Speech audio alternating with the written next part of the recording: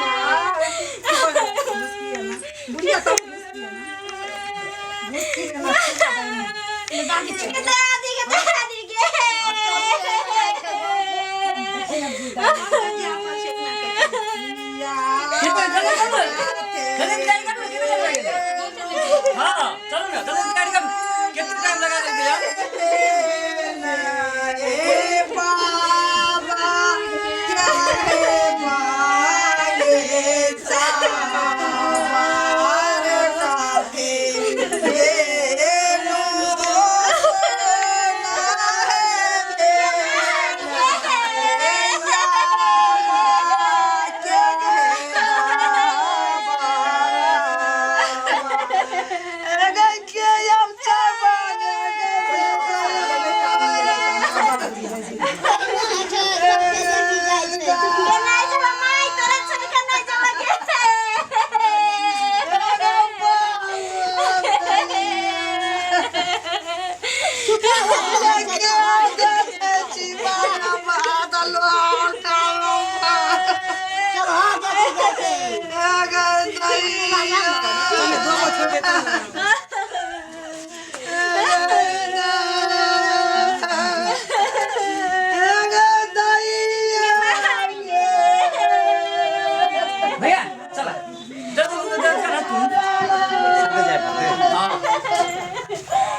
रे शंकर सामान सब लेकर तू रख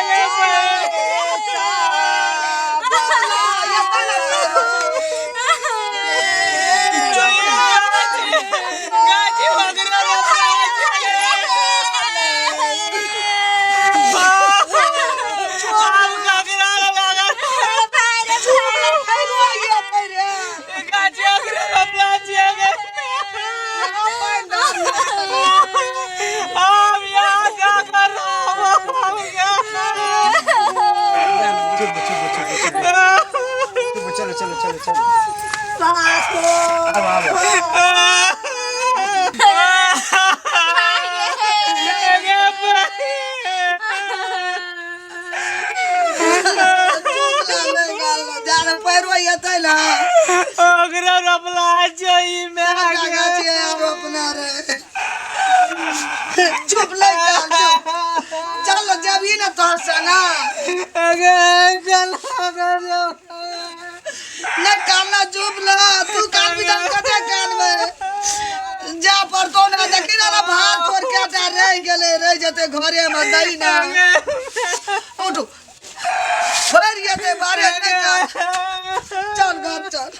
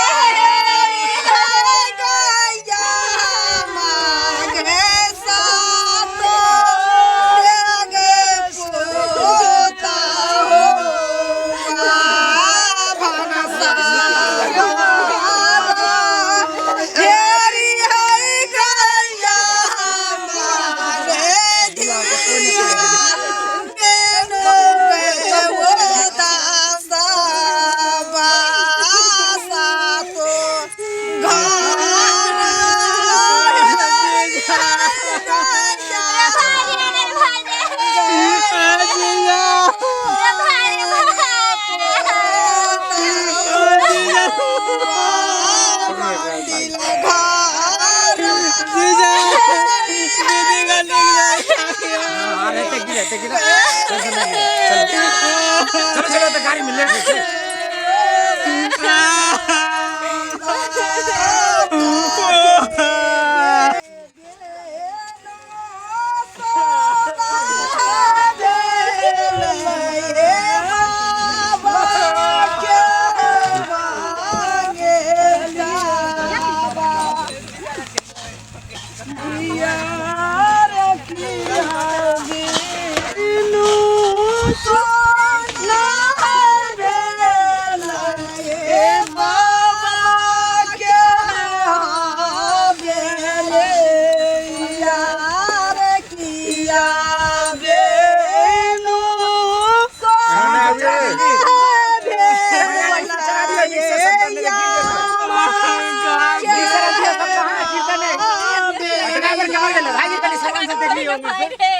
गिरने जाते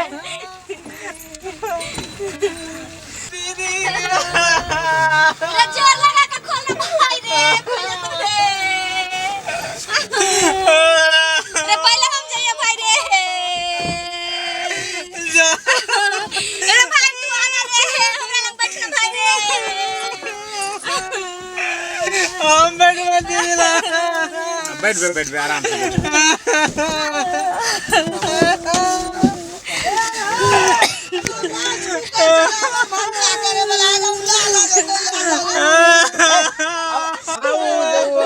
से गाड़ने दे तो तोरा आज जावे या तो घर पड़ता अब सामने बैठ जा बाबू हां बैठो सामने बैठो बाबा के दिए साथ अरे भाई साथे में चलै छै नै कान्हा रे केने जल्दी जल्दी करू ड्राइवर साहब यो जल्दी करो हां है बाबू छोड़ भैया अब तो जा ही रहे ना छोड़ अरे अपने घर जैसी ना तो क्या कान बेचे जी जागो अब रात में जी जागो अंकित भी क्या कठी में बना के गोला चूल्हा में हाथ लगे वही में बना के जागो जी जागो ने भागले तेल लिया गले ले लिए अगर जीजा दीदी का चुप कर ऊपर करो चुप ना है भेग ले रहे ले ता